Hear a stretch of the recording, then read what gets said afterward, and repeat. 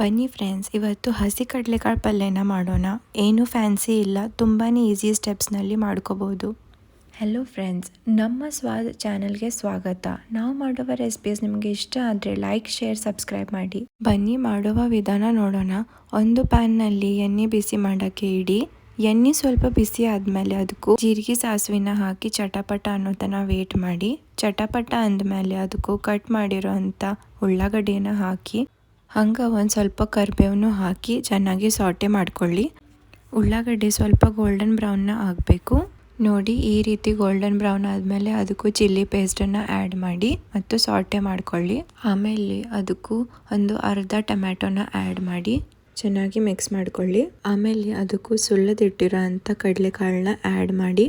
ಆಗಲೇ chilli paste add ಮಾಡಿದ್ದು ಅಲ್ಲ, ಅದನ್ನು ಮಾಡ್ಕೊಳ್ಳೋದು ತುಂಬಾ ಈಸಿ. ಒಂದು ಮಿಕ್ಸರ್ ಜಾರ್ನಲ್ಲಿ ಸ್ವಲ್ಪ ಮಿರ್ಚಿ ಹಾಕಿ ಮತ್ತು ಸ್ವಲ್ಪ ಉಪ್ಪು, ಜೀರಿಗೆ, ಬೆಳ್ಳುಳ್ಳಿ, ಕೊತ್ತಂಬರಿ ಹಾಕಿ ಮಿಕ್ಸಿ ಮಾಡ್ಕೊಳ್ಳಿ. ಬನ್ನಿ ಈಗ ಎಲ್ಲ ಮಸಾಲಾನ ಆ್ಯಡ್ ಮಾಡ್ಕೊಣ. ರುಚಿಗೆ ತಕ್ಕಷ್ಟು ಉಪ್ಪು ಹಾಕಿ, chilli powder, garam masala powder, ಹಾಗೆ ಒಂದು ಸ್ವಲ್ಪ ಅರಿಶಿನೂ ಹಾಕಿ.